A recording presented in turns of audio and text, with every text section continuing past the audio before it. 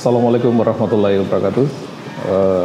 Kembali lagi kita bertemu dengan program kanal Deng Adi Podcast. Seperti biasa kita akan membahas mengenai buku dalam program review buku, dan kali ini saya akan mencoba membersamai Anda dalam sebuah buku yang cukup menarik dan sempat menjadi bestseller ya. Judul buku ini adalah Sang Pangeran ya.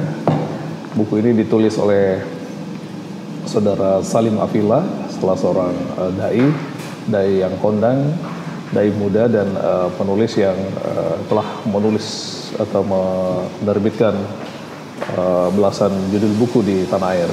Nah, apa yang menarik dari buku ini tentang Sang Pangeran dan Janitsari terakhir, bahwa ternyata dalam latar sejarah mengenai perang Diponegoro di tanah Jawa pada abad ke-19,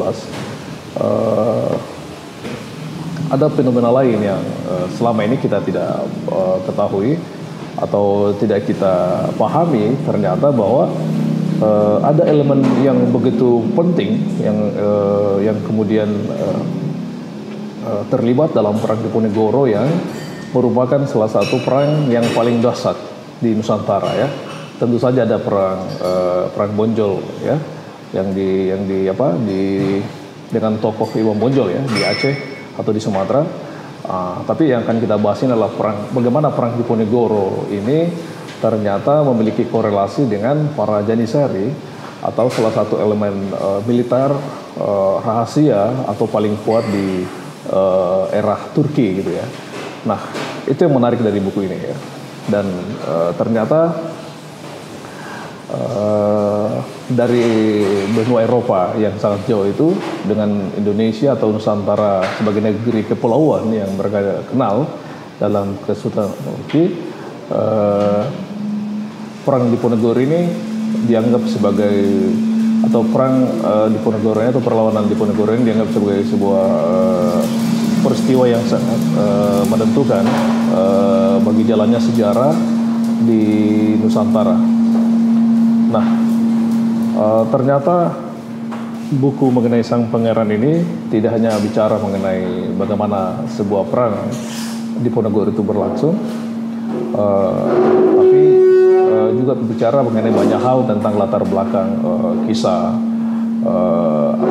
Mataram, kemudian perselisihan dalam perang Diponegoro yang melibatkan banyak pihak di tanah Jawa ya. Menurut Salim Afillah, ini adalah buku pertama dari tetralogi Sang Pangeran. Terdiri dari 30 bagian yang sebagian dikisahkan dengan alur maju mundur. Bukan hanya bercerita bagaimana perjuangan Sultan Abdul Hamid Diponegoro memimpin perang melawan penjajah selama 5 tahun, namun ada sisi-sisi lain yang belum tersentuh pada buku-buku sebelumnya tentang beliau. Semua ada di sini.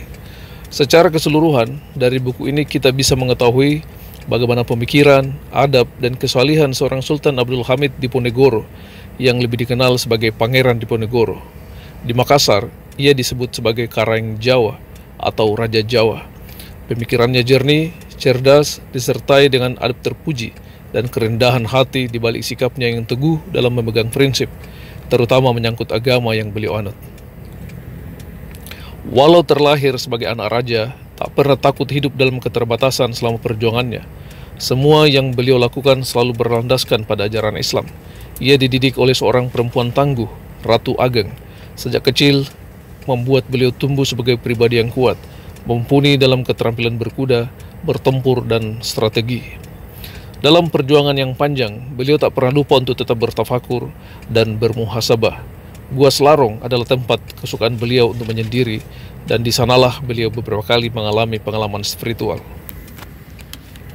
Judul buku ini, Sang Pangeran dan Janitsari Terakhir. Penulis Salim Afillah, penerbit Pro Youmedia, tahun terbit 2019 dengan tebal buku 632 halaman. Selamat membaca. Saya kira demikian pengantarnya.